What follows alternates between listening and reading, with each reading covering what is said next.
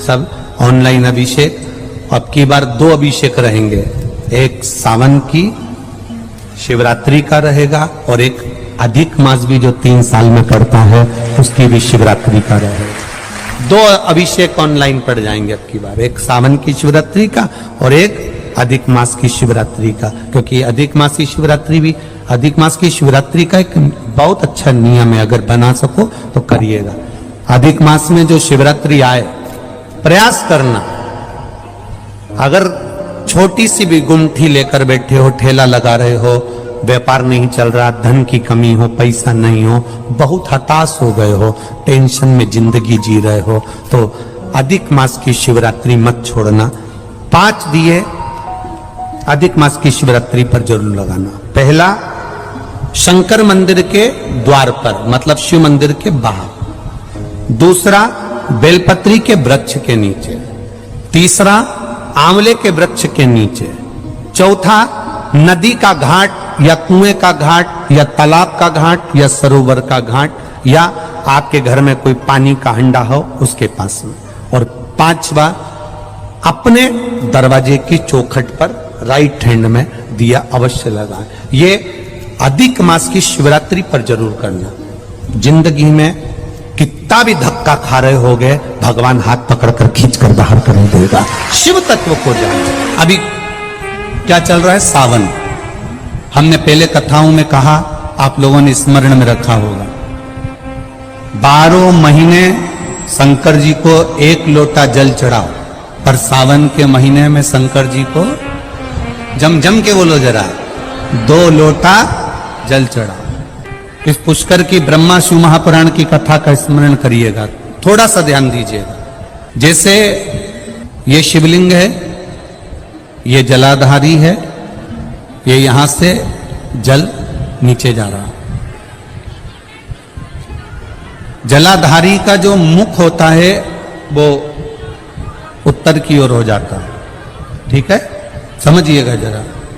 अब अगर मान लो लड़का 35 साल का हो गया, 36 साल का हो गया, बेटी की शादी नहीं हो रही, 35 साल हो गए, 36 साल हो गए, 40 साल हो गए, देवर देव की शादी नहीं हो रही है, किसी की शादी नहीं हो रही है, तो उसको समझना है सावन के महीने में आप जो 2 लोटा जल लेकर जा रहे हो, उस जल को जहां जलाधारी से पानी बाहर बह रहा है, जहां जलाधारी से, जैसे ये शिवलिंग है, ये गोल जलाधारी, यहां से पानी बह रहा है, तो जल चढ़ाते समय जब आप जल को समर्पित करेंगे दोनों लोटे से, तो धार यहां से लगाते हुए धार को आपको इस शिवलिंग पर पूर्ण समर्पित करना है।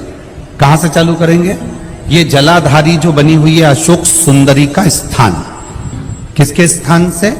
अशोक सुंदरी के स्थान से। अगर लड़के की शादी, लड़की की शादी ना हो रही हो, 35 साल, 40 साल, 42 साल के हो गए, विवाह का कोई योग ही नहीं बन रहा, 28 साल, 30 साल हो गए, बहुत प्रयास कर लिए, तो एक सावन के महीने का नियम, 2 लोटे जल लेकर देवाधिदेव महादेव के सामने जाइए।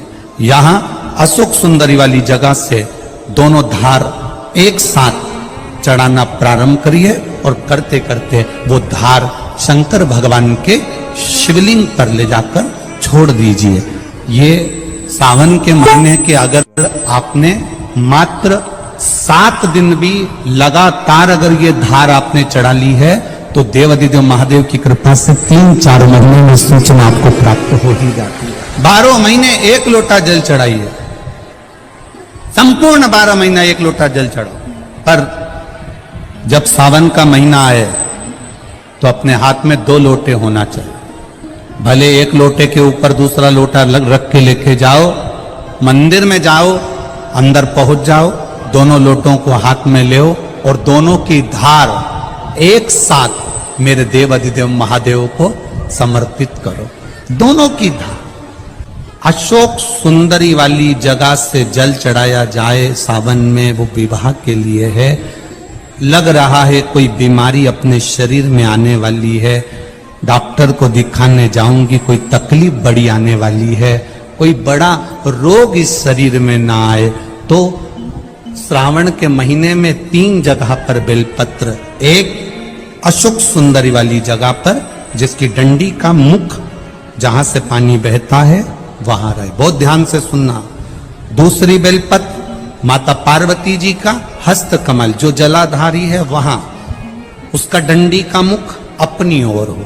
तीसरी बेलपत्र शिवलिंग के ऊपर, जिसका डंडी का मुख तुम जहां बैठे हो उससे ठीक विपरीत हो।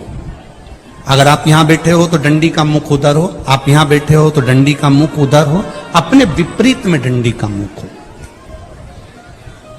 बेलपत्र चढ़ा देने के बाद दो हाथ में जो तुम्हारे जल का पात्र है उसको बाबा को धीरे धीरे तीनों स्थान पर धार थोड़ी थोड़ी चढ़ाई है और फिर बाबा का आचमन कर कर आई है। कोई जिंदगी में बड़ी बीमारी निकलेगी ही नहीं, बाबा स्वस्थ रखेगा। ये श्रेष्ठता। अगर मान लो संतान का सुख नहीं है, संतान का सुख नहीं है, 20 साल हो गए, 25 साल हो गए, 30 साल हो गए,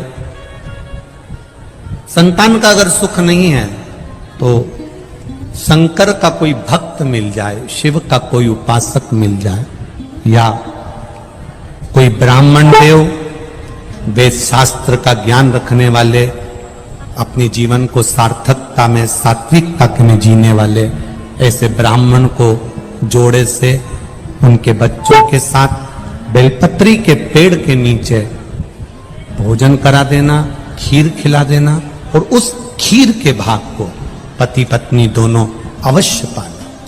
उससे संतान का सुख भी मेरे बाबा प्रदान कर दे। सफेद आंकड़े की जड़ का प्रयोग करो, तुम रुका जी वाला, और साथ में ये प्रयास करो। देवऋषि नारद ने 3 सूत्र भगवान शंकर को प्राप्त करने के बताए। जरा बहुत ध्यान से सुनना। देवऋषि नारद ने 3 सूत्र भगवान शंकर को प्राप्त करने के बताए। पहला, शिवालय तक जाइए, शंकर को रिझाने का प्रयास करिए। मंत्र चाहे नमः शिवाय जप लो, ओम नमः शिवाय जप लो, डीले कम करो, नमः शिवाय जपो, ओम नमः शिवाय जपो, चाहे श्री शिवाय नमस्तुभ्यम जपो, चाहे महामृत्युंजय मंत्र जपो, चाहे राम कहो, चाहे कृष्ण कहो, तुम्हारी मर्जी पड़े उसका भजन करो। दूसरा, कहीं अगर मौका मिल जाए, चाहे वो टीवी के सामने मिल रहा हो, मोबाइल पर मिल रहा हो, चाहे तुम्हारे नजदीक में कहीं शिव महापुराण की कथा हो रही हो, पंडाल में बैठकर या टीवी के मध्य बैठकर या मोबाइल के सम्मुख या टीवी के सम्मुख बैठकर शिव महापुराण की कथा को सुनो। सुनना ही केवल नहीं है, सुनकर उसको अपनी जिंदगी में उतारना भी है। आप सभी को राधे राधे, जय श्री कृष्णा, जय गौ माता।